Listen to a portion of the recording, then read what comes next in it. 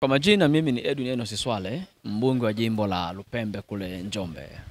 Tuko ndani ya bunge, tunajadili bajeti ya kilimo ya mwaka 2025-2026. Ni bajeti kubwa na kama ambavyo mmesikia wengi, hii bajeti ya kilimo imepanda sana kutoka bilioni 200 kama na 70 mpaka trilioni 1 na milioni 200 na zaidi. Ni bajeti kubwa sana ambayo kama ikitekelezwa vizuri inakwenda kugusa maisha ya wakulima wengi sana wa Tanzania.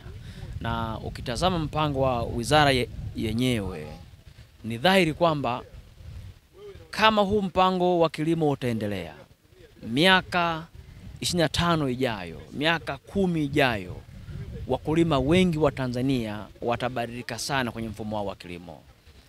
Mpango wa serikali kwamba wahame kwenye kilimo cha mkono waende kwenye kilimo cha kisasa kwa kutumia vifaa vya kisasa kama vile matrekta, pawatila na mashini nyingi za kuvuna mazao mbalimbali ya wakulima. Kwa hiyo mimi kama mbunge wa jimbo la Lupembe ambako pia wananchi wangu wengi ni wakulima kule kwangu, hii ni bajeti ya faraja sana kwao. Na umeona kwenye huu mpango pia kuna miradi ya umwagiliaji. Mimi Lupembe kule kuna skimu ya umwagiliaji pale Itipingi ambayo pia ina zaidi ya bilioni 5 kwa ajili ya wananchi wale wa jimbo la Lupembe. Lakini pia umeona kwenye huu mpango kuna bajeti kubwa sana kwa ajili ya mbolea. Ukienda jimbo la Lupembe leo hii na majimbo mengi nchini, wananchi wameanza kulima kilimo cha kutumia mbolea ya kisasa, kutumia mbegu bora kwa ajili ya mazao yao. Hii imeongeza tija kwenye uzalishaji.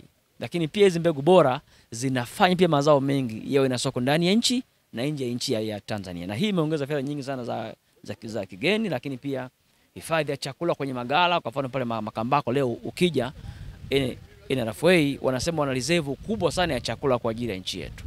Hii ni kwa sababu Mheshimiwa Rais kupitia Wizara ya Kilimo ameweka fedha nyingi, ametoa mkazo na ametoa mwelekeo kwamba kilimo kiweze kuwa na tija kwa ajili ya wakulima wa Tanzania. Na wito mkubwa kwa wananchi wa Tanzania, jambo la kwanza ni kwamba kilimo ni hatua. Sio mipango yote itafanyika ndani ya muda mfupi.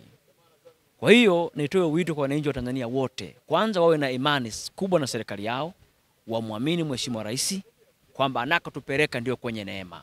Lakini la pili nitoe wito kwa wananchi wa Tanzania pia kwamba kwa sababu ya mabadiliko ya hali ya hewa ambayo yapo ndani ya nchi yetu mikoa mingi sana, basi waendelee kuwa na akiba ya chakula kwa ajili ya matumizi ya familia zao.